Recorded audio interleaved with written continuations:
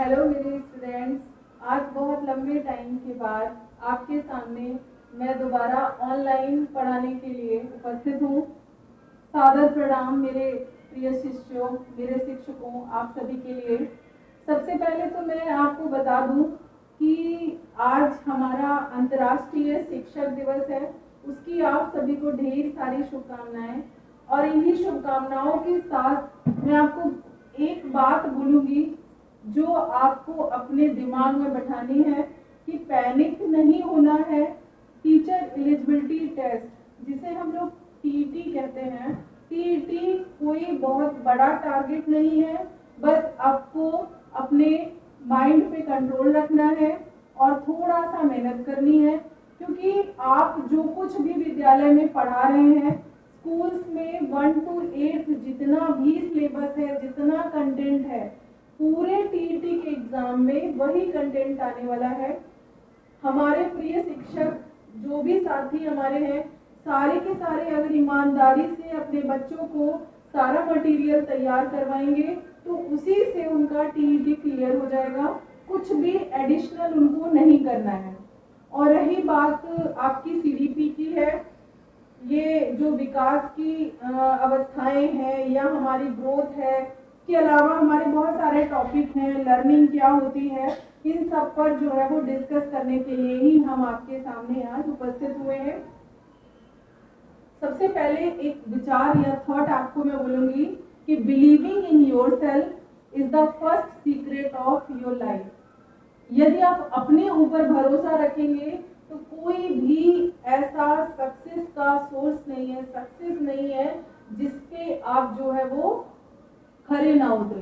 तो सबसे पहले खुद पर भरोसा करना सीखें कि मेरा हर चीज पॉसिबल है, हर काम हम कर सकते हैं।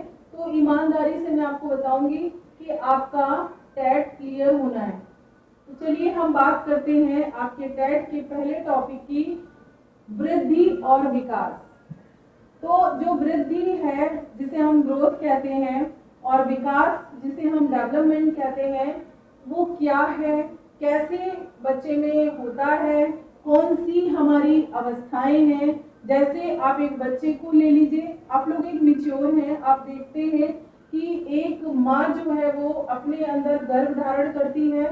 आपको पूरी तरह से उसी चीज को पढ़ना है कि जो हमारी ग्रोथ है और डेवलपमेंट है वो किस तरह से एक बच्चे के अंदर गर्भ से स्टार्ट होता है और हमारा जो है वृद्धि हमारी प्रौढ़ावस्था वृद्धावस्था तक चलती है और उसके बाद हमारा विकास जो है वो निरंतर जीवन पर्यंत चलता रहता है।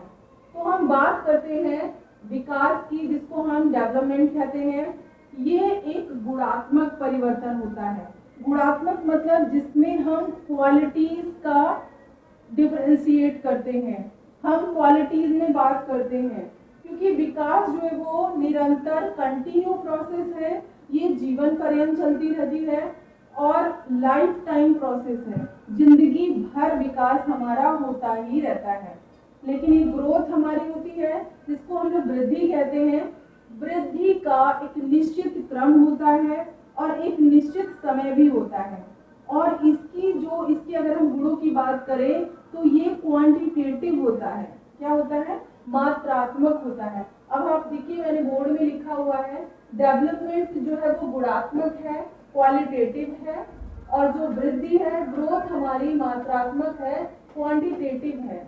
क्वांटिटेटिव का मतलब होता है कि हम उसको माप सकते हैं, कितना भार हुआ है, कितना साइज है, कितना वेट है बच्चे का, और किस तरह से वो साइज में बढ़ रहा है, कितना उसका वेट गेन हो रहा है। तो ये सारी चीजें, आकार में परिवर्तन हो रहा है, तो ये सारी वृद्धि की हमारे लक्षण हैं। और जो ग्रोथ होती है, ग्रोथ इसी को हम कहते हैं। और विकास की जो प्रक्रिया होती है, विकास हमारा जो है वो गुणात्मक तरीके से होता है। इसमें हमारा शारीरिक विकास हो गया, मानसिक विकास हो गया, संवेगात्मक विकास हो गया, और इसके अलावा हमारा भाषात्मक विकास हो गया और नैतिक विकास हो गया।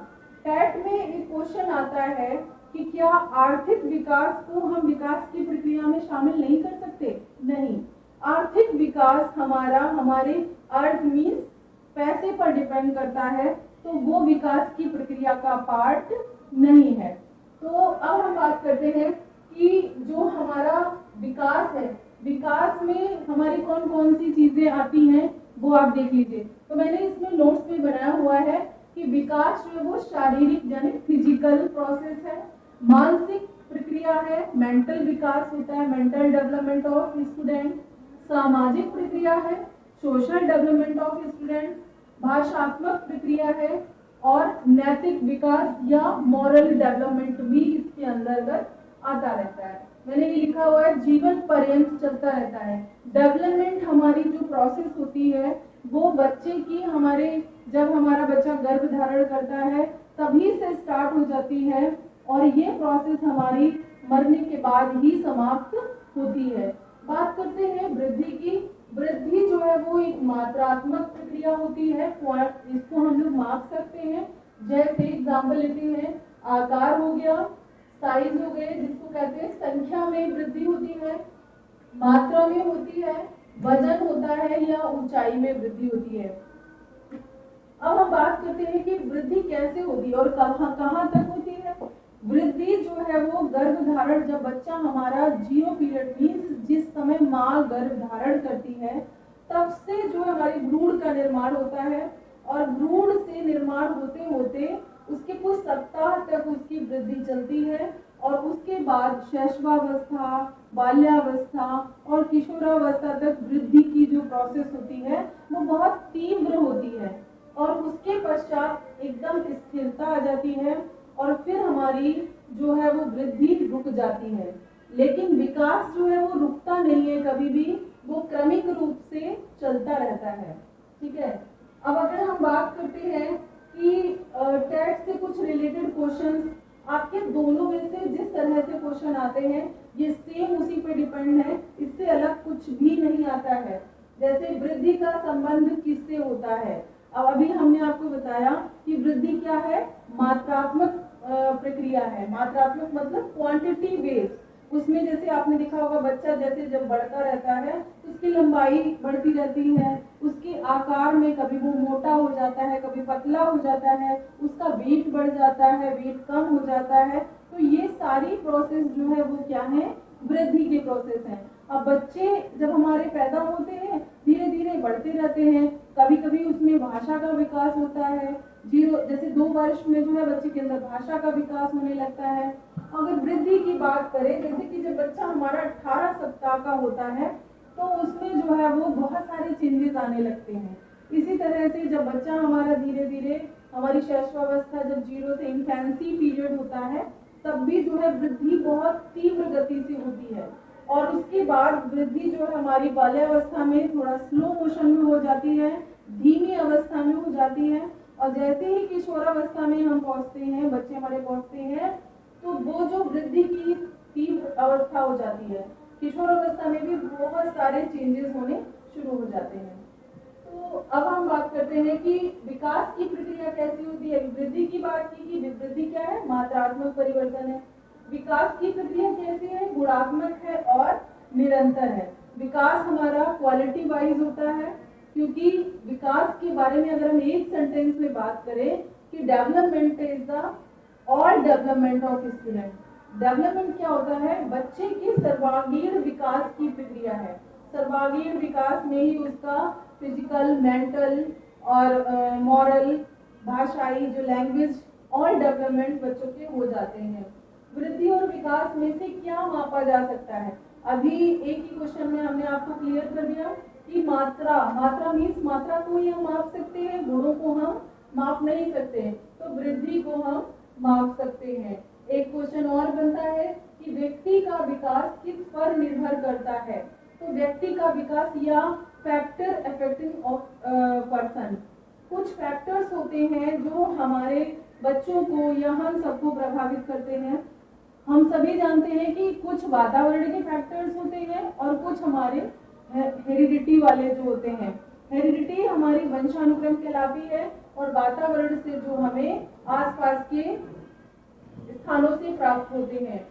तो एक और क्वेश्चन बनता है, मानसिक विकास का संबंध किस प्रक्रिया से होती है? तो मानसिक विकास जो है वो सोचने समझने की क्षमता, हमारा मेंटल जो डेवलपमेंट होता है उसमें हमारा सोचना समझना अंडरस्टैंडिंग लेवल देखा जाता है, तो उसकी प्रक्रिया है।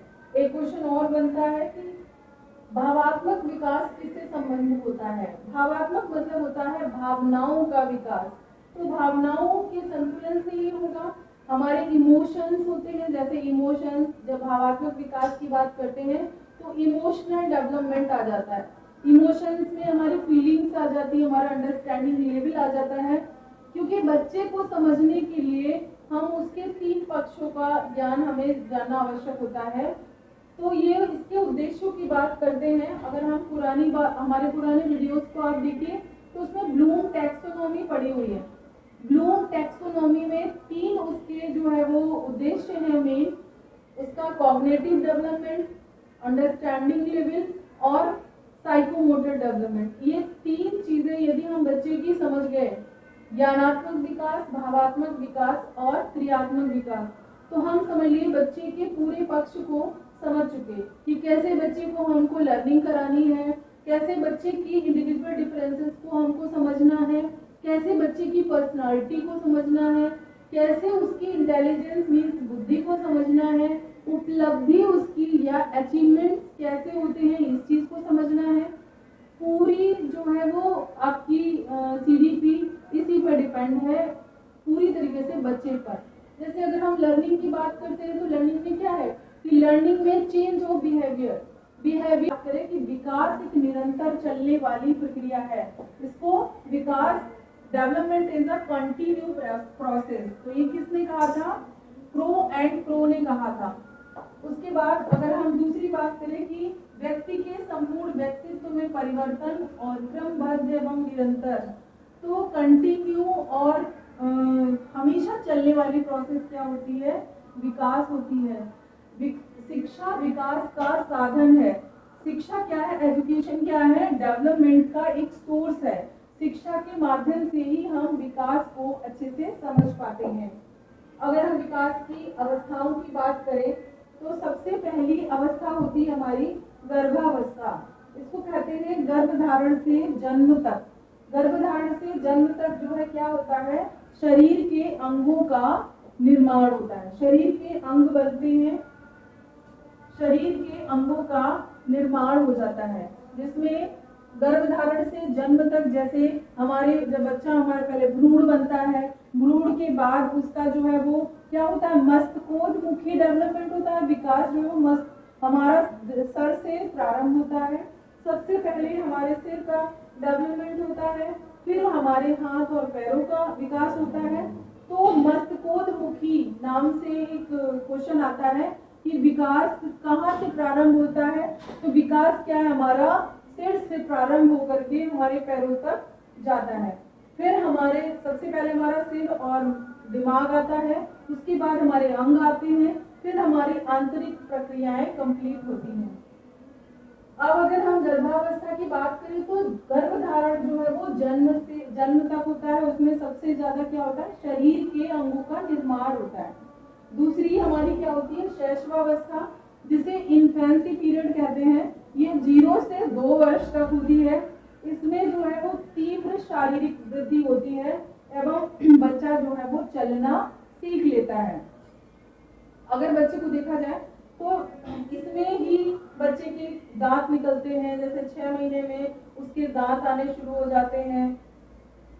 और अगर हम विकास की अवस्थाओं की बात करें, तीसरी अवस्था होती है हमारी बाल्यावस्था। बाल्यावस्था अर्ली चाइल्डहुड के नाम से जानते हैं, जो हमारी 2 से 6 वर्ष तक होती है। फिर आती है हमारी मध्य बाल्यावस्था, इसको लेट चाइल्डहुड कहते हैं, जो हमारी 6 से 12 वर्ष की होती है।